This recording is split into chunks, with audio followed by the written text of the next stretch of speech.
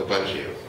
Well, there's been a lot of progress with dose cannabis medicine, and instead of giving, partly because there's no PowerPoint projector, I'm going to do this mostly as a Q&A, but a number of the questions we've prepared ahead of time. To me, the lead into the issue of dosed cannabis medicine, the right term isn't an oxymoron, but it's kind of a joke when you want to use the term medicine and not include the term dosed. And, you know, a puff is clearly not a puff. And we all know that we can sit around for hours and, you know, smoke and enjoy cannabis, smoking it or vaporizing it. But it clearly is not the best way to treat pain. It's not the best way to treat anxiety. And around the rest of the world, where, you know, Europe has taken a lead for, I don't know, the last 25 years, there are dosed cannabis medicines that are sprays or whole plant extracts, and that's where the rest of the world is going. And if I had one of these bottles, and your collective will have them here soon, Lonnie and I have been working on a project jointly, and you'll have a selection of them.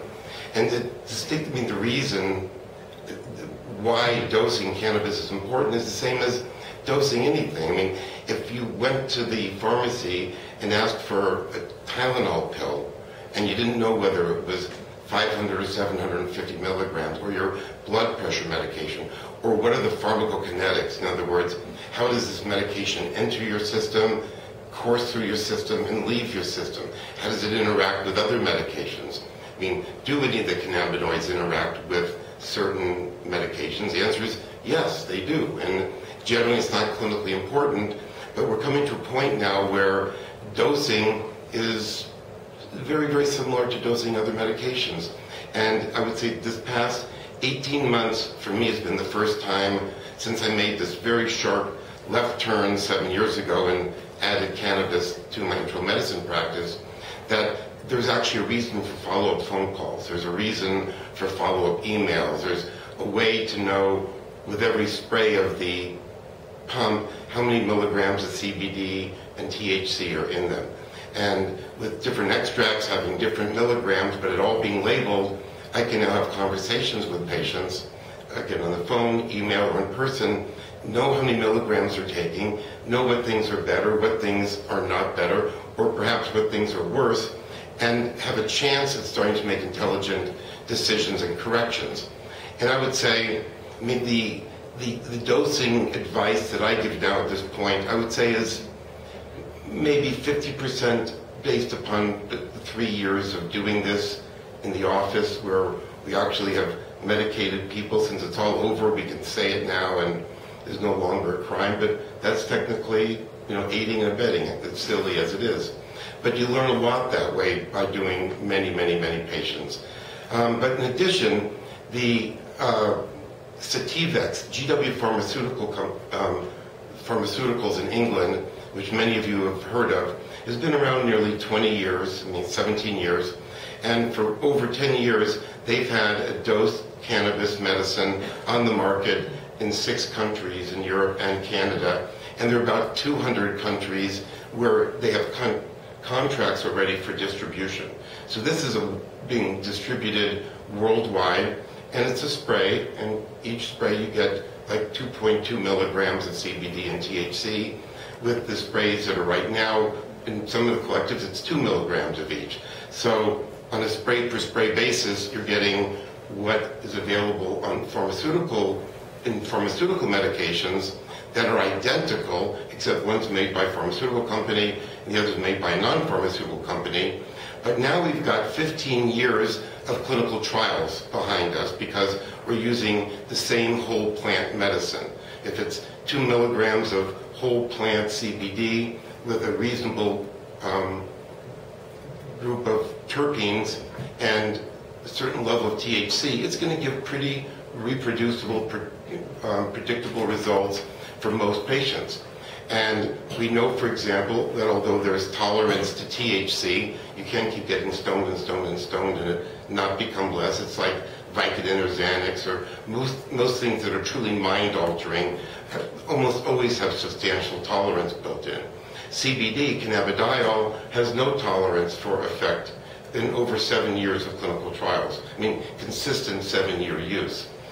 We know that 30% of people drop out of using a 50-50 CBD-THC extract, which is Sativex, which is also one of the extracts that's available, will be available to everybody here and to people in the state of California, that about 30% of people, even with a 50-50 mix, like 15 milligrams per ml of THC, 15 milligrams per ml CBD, 30% will drop out because of psychoactivity. And most of those patients don't have to drop out if they keep kicking in because the psychoactivity goes away. The point is, this is not new. These dosing regimens, what to do for rheumatoid arthritis, what to do for lupus, what to do for multiple sclerosis. Are higher doses always better? No, and that will come up a couple of times if we have the time tonight, that more is not necessarily better with cannabis. And there are studies going back 8-9 years from UC San Diego where they just smoked THC pre-rolls and they measured people's pain, and up to a certain number of milligrams, which I can't remember, there was improvement in pain, and beyond that, there's increased pain. And that's been repeated both at UC San Diego and many other places. In Europe, where they're much more free at using Sativex in clinical trials for rheumatoid arthritis, there were a number of studies, and for multiple sclerosis, which is its primary indication, there are lots of studies that at 10 to 20 milligrams per day of total cannabinoid, people get improved symptoms, less spasticity, less pain, but after that, their symptoms get worse. And this will tie into our discussions about Simpson oil and high doses, with cancer.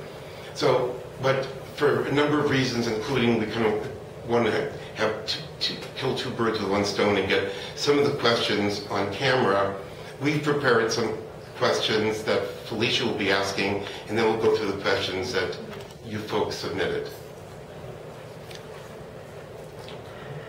Dr. Frankel, even though you went over it, can we go over a little bit more? What is dosed cannabis medicine? And simply, dosed cannabis medicine is knowing when you have a medication administered, a dose administered, that you know as much as possible as to what's in it. And at the very least, what's totally doable right now is with each spray or with each oral dose to know how many milligrams of cannabinoids. We're getting very, very, very close to being able on every one to know the measured terpene level per spray, but that's got some difficulties now, but we have terpene profiles with it.